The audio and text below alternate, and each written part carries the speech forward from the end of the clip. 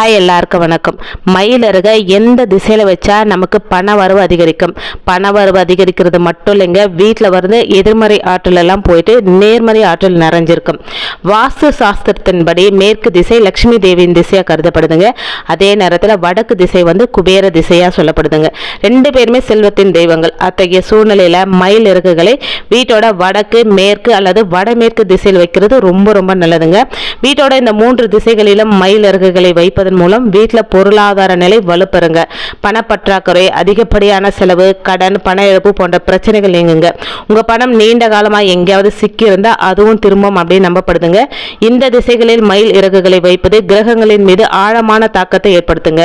மயில் இறகை மேற்கு திசையில் வைத்தால் அது சனி தோஷத்திலிருந்து நிவாரணம் அளிப்பது மட்டும் இல்லாம சனி தேவன் மகிழ்ச்சி அடைந்து உங்களுக்கு ஆசையை வழங்குவாருங்க. மயில் இறகை நீங்க இது வரைக்கும் எந்த திசையில வச்சிருக்கீங்க அப்படின்னு பாருங்க. கரெக்டா இந்த 3 திசையில வச்சு பாருங்க.